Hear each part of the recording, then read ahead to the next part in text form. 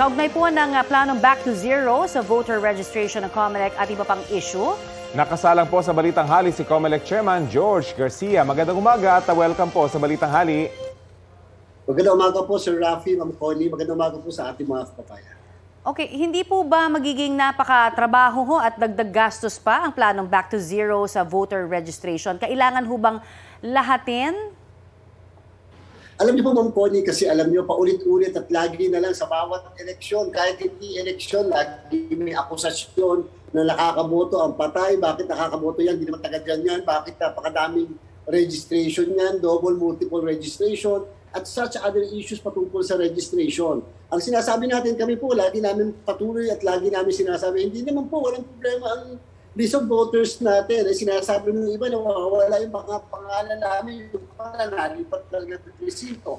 Alam niyo po, ang problem pati kasi namin, Connie, meron po kaming system, 4 fingers po ang ginagamit natin pag mapaparehistro. Ngayon po kasi, ngayon, sa mundo, ay yung tinatawag na ABS, yung automated biometrics, kasama ang facial recognition, iris at 10 fingerprints. Gusto po nating magkaganon sapagkat upang mas ma-verify na sila ang mga botante ng ating bansa. Ngayon po yung masyadong mahal, hindi po kasi regular naman po yung pagpaparehistro namin. The most nakagagastos po tayo ay yung pagbili lamang ng mga bagong sistema o bagong programa para mas ma-improve po natin yung system po ng komisyon. Magkano po kaya ang budget po para dito?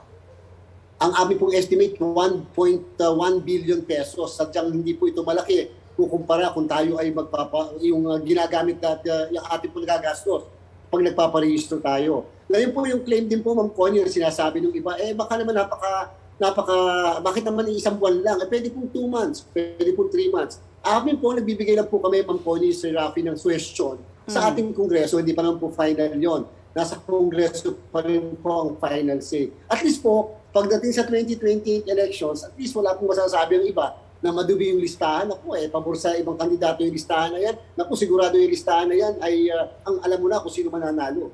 Okay, I understand sir, nabanggit nyo rin na meron ho tayong 491,000 ba yun na mga double o multiple na mga registrants po. Paano ho ito?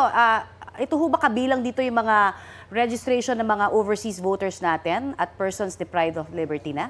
Sa bilang na yan? Actually po, yes, hindi pa po kasama yung mismo mga overseas. Pero yung po double or multiple registers, kasi remember po, yung po namang mga local nakakaboto sa lahat ng posisyon. Yung overseas po kasi naman nakakaboto lang sila sa national position. Yung 491,000 nakita po natin, sila po kasi yung mga nagparehistro mula po December 12 up to January 30 kung saan nagkaroon tayo ng registration na nakita natin, double and multiple registered voters po. Yan lahat po yan, napatanggal naman po namin. At again, nakita po natin. Kaya alam po, Ma'am Connie, Sir Rafi, yung pinakamatanda po nating fingerprint ay 2003 pa. Kasi ang pinaka-latest po nating general registration of voters ay 2003. Siyempre po, habang tayo nakakaedad, medyo nagbabago rin po yung mismong ng ating po mga fingerprints, and therefore, may posibilidad baka hindi pa nga nakita o baka hindi nakita yan ng ating po mga yung AFIS na tinatawag, yung Automated Fingerprint Identification System.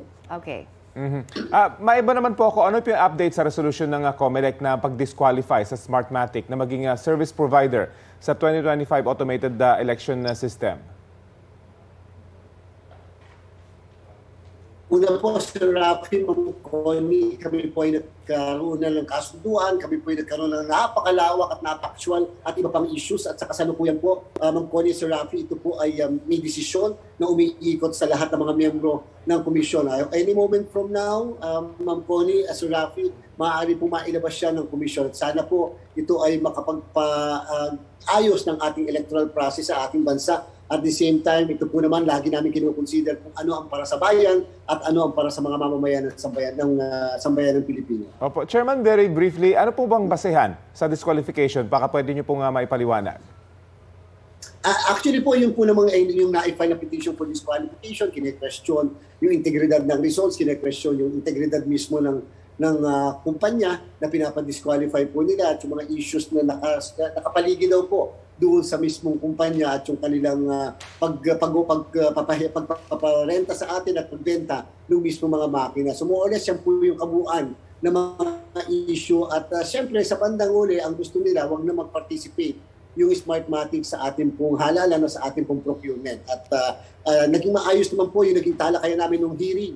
Yung bawat panig ay aming napakinggan at sa aming palagay, sapat naman po yung aming nabasa at napakinggan yung mismong araw ng hearing po nila.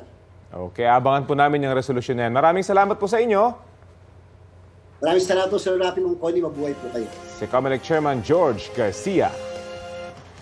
Kapuso, alamin ang maiinit na balita. Bisitahin at mag-subscribe sa GMA Integrated News sa YouTube. Sa mga kapuso abroad, samahan nyo kami sa GMA Pinoy TV at sa www.gmanews.tv.